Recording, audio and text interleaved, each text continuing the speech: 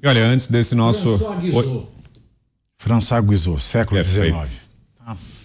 Bom, vamos voltar a falar sobre política aqui na América Latina. Antes desse nosso Jovem Pan Urgente, falávamos sobre a Venezuela. Agora uma informação sobre a Argentina. A inflação por lá aproxima-se de 100%, informou o Instituto Nacional de Estatísticas e Censos, uma espécie de IBGE do país.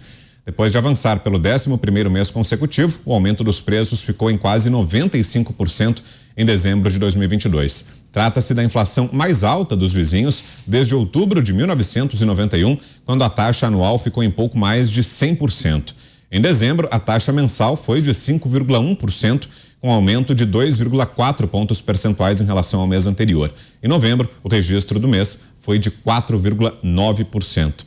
A preocupação, né, Kobayashi, é que isso se repita por aqui também, né, com essa guinada que houve em vários países aí da América Latina. O Brasil não passou a largo disso, né, também foi afetado por essa onda esquerdista aí nas últimas eleições. Agora também o medo que esse pesadelo econômico chegue até aqui, né, Kobayashi? Pois é, essa informação fica ainda mais interessante quando a gente compara com o que nós tivemos no último ano no Brasil, no último ano de governo Bolsonaro, com a política econômica do Paulo Guedes, que pela primeira vez na história fez com que a inflação brasileira fosse menor, inclusive, do que a inflação americana. Então, enquanto no Brasil a política econômica em 2022 deu show, tirou nota 10, mais, no país vizinho aqui a inflação tirou nota menos 10. Porque esta inflação mostra, infelizmente, para a população argentina, uma situação caótica em relação à economia, com desvalorização da moeda. Não tem ninguém que queira investir na economia argentina, não tem um empresário que quer expandir o seu negócio na Argentina diante do cenário. E isso tem gerado por lá desemprego, tem gerado falta de condições até de se alimentar o pai de família. Porque é isso que um país com uma inflação tão galopante como esta, de quase 100%, passa. É uma situação que caminha para a miséria absoluta. Isso gera pessoas com fome, pessoas desempregadas, pessoas sem até prospecção, porque a dificuldade que se estabelece em um cenário tão caótico economicamente como este é de cada vez menos haver esperança. E um registro, eu não sou especialista em economia, mas é muito interessante que nos países vizinhos aqui na América Latina, em que os governos tiveram política de esquerda de aumentar o Estado, com mais responsabilidade do Estado, com menos liberalismo econômico, este fato do aumento da inflação se torna um fato comum. E aqui no Brasil, com a política extremamente oposta ou diametralmente oposta do ministro Paulo Guedes, com menos Estado, né, e mais liberalismo econômico, nós tivemos um crescimento muito maior e com uma deflação em determinado período, inclusive. Diga, Mota. Olha, a inflação na Argentina é o resultado de uma mistura de ideologia, incompetência e desconhecimento dos fundamentos econômicos. Isso é uma mistura explosiva. Infelizmente, ela acontece com frequência. Inclusive, já aconteceu antes, várias vezes, na própria Argentina. Em um mundo ideal, as pessoas que chegam ao poder teriam preparo necessário para isso, inclusive entendendo um pouco de economia, né? Mas isso é no mundo real. Na realidade, é muito diferente. Alguns autores de livros importantes, por exemplo, eu vou citar um aqui, Niall Ferguson, que escreveu um livro chamado A Grande Degeneração. Mas tem vários outros autores que dizem que o descontrole das finanças públicas é um fenômeno recorrente nas democracias ocidentais. Por que isso acontece? Porque em todas essas democracias o político precisa de voto para se eleger. E aí, na busca pelo voto, os políticos prometem o impossível.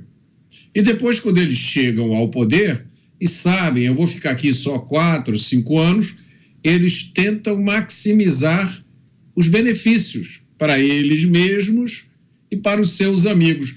Isso não é um fenômeno exclusivo, nem da Argentina, nem da América Latina.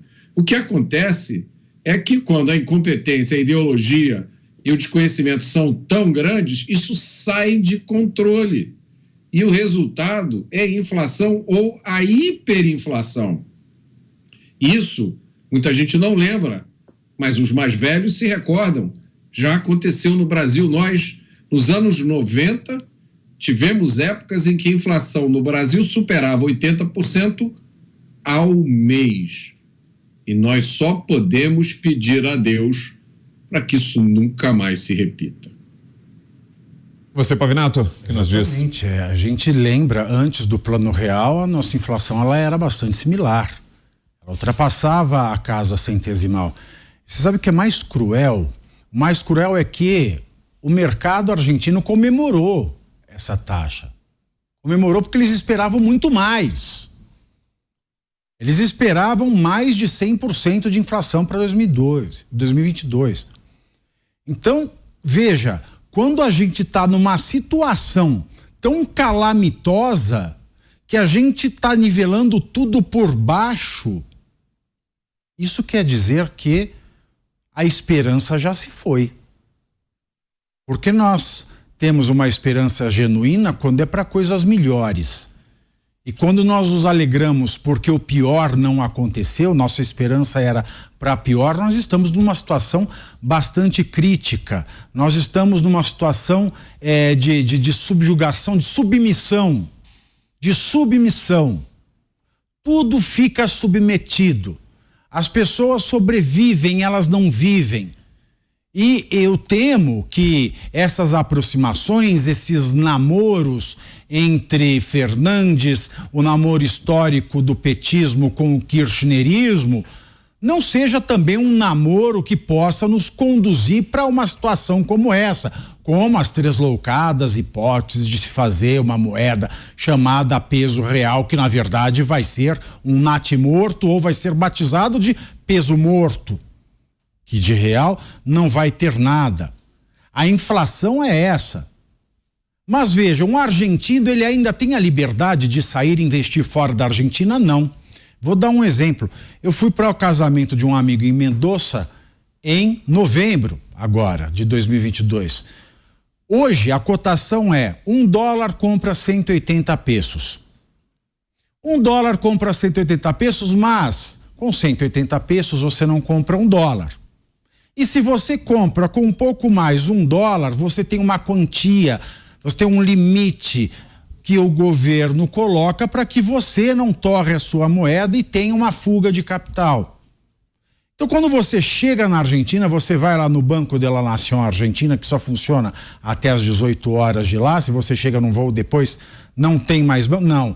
Você vai andar na rua, vai achar o paralelo, ou seja, o famoso mercado ilegal de troca de moeda, porque lá, com $1, você vai conseguir comprar 500 pesos. Porque as pessoas, elas estão jogando o dinheiro no lixo para se livrar daquilo lá. Eu fui 3 vezes na Argentina nos últimos 3 anos. A cada vez que eu chego lá, uma nota não vale mais. 5, pode jogar no lixo. 10, pode jogar no lixo.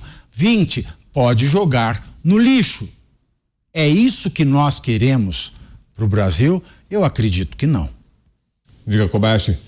Muito rapidamente, só para ilustrar o que é essa inflação de quase 100%, que talvez as pessoas tenham dificuldade, né, de ver um número tão grande assim. Mas significa que aquilo que em janeiro do ano passado custava X moedas, em dezembro custa 2 X moedas. Ou seja, a pessoa que tinha dinheiro suficiente para 2 refeições por dia, agora só tem dinheiro para uma. Está precisando vender o almoço para comprar a janta.